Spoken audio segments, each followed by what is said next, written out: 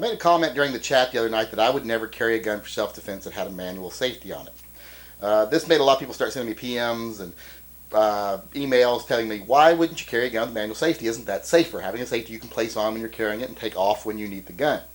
Well, in my opinion, anytime you place an obstacle between you and actually firing your gun, it's something that can go wrong. And in a stressful situation, things that can go wrong are no longer just possibilities, they're likelihoods. They are likely to go wrong. When you're under that kind of stress, you don't want anything that could possibly go wrong that doesn't need to be there. Now people say, well, you train to use your safety. You train to use your safety. Well, yeah, you can train. But until you've been in a real stressful situation, training is almost meaningless in some ways. I mean, it's always great to train, but you never know how you're going to react. And I've known experts that have trained, I've known soldiers who have been soldiers for 22 years, and then shit their pants the first time they ever see combat, even though they've trained for it their whole lives. So, it's just something you can't really train for the actual situation unless your life is actually on the line. So you don't want to put some things in your way of success. So to me, when you're training to use a safety, you're training to overcome a potential failure that doesn't need to be there. So why have to train to overcome something that doesn't need to be there in the first place? Just don't let it be there. Modern guns are safe to be carried the way they're designed to be carried. One in the chamber, no safety. Like the Glocks, they have their internal safeties, their trigger safeties. M&Ps have the same things. Now they add safeties to some of these guns so they can sell them in states that require them, but most of these guns do not require a safety for operation. Take for example the gun that I carry right now. My Beretta PX4 Storm. It has a safety on it right here, but as you can see, this gun is ready to fire. I carry this gun with the safety off. Because what this safety is good for me, it's not for to be used as a safety. What I use this for, when you chamber around, it puts the hammer back. It puts the gun in the condition to fire single action. You use this to decock it, take it off, and now your gun is ready to be carried in a double action, single action format to where the first pull is double action, second pull will be single action. This gun is totally safe right now with the safety off. It has a long double action trigger pull that would require a lot of pressure. It's not something you're going to brush against and make it go off. It's kind of like carrying a revolver.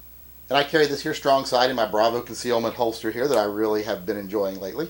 And it's very safe right there. This gun is not going to go off if I don't pull the trigger. It's not dangerous. Like I say, it's kind of like carrying a revolver. So that's kind of why I say don't carry with a safety. Because like I say, if it's something that can go wrong, it's likely to go wrong. And why do you need to train to overcome something that doesn't need to be there in the first place? And people say, well, do you feel that way about 1911s? Yes, I do. I love 1911s, but I don't carry them for self-defense for that very reason. I've shot them for years. I love them. I'm used to them. But when I did some training drills not too long ago that were high-stress training drills, I found myself and I found other people that were doing the same thing for failing to remove the safety 20, 30, 40% of the time. And that's not an acceptable failure rate. And a lot of instructors will tell you the same thing. They'll see that in high-stress situations where people forget to remove their safety. So it's just something I don't see the need for. It doesn't really make the gun safer. Like I say, it kind of makes you complacent. It kind of makes you think, well, the gun's safe because the safety's on, and it makes you sloppy. If you know there's no safety to be on, you don't ever get sloppy with your gun. You always treat your gun with respect. You always treat it like it's loaded until you have verified that it isn't in that immediate moment, that you know right now and then that you have checked it and it's not loaded. That's the only time you can treat a gun like it's unloaded. Not just because you have the safety on. So having a safety another way, it's also, not only is it a potential danger that doesn't need to be there, but it makes people complacent and it makes people sloppy when they don't need to be. So no, I don't believe in carrying guns with safeties on them. If someone gives me two options, which gun do you think I should get for concealed carry, this one or this one? Well, it's always going to be up to you, but if one of them has a safety, that's not going to be my choice. It might be yours. You might not feel comfortable carrying a gun that doesn't have a safety. But just keep in mind, you are adding that added potential for failure. I mean, I'm not going to tell you don't carry.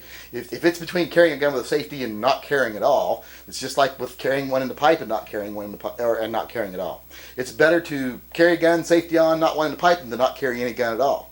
But to me, the best way to carry, one in the pipe, no safety, ready to go, treat the gun with respect, and that's the best thing you can do.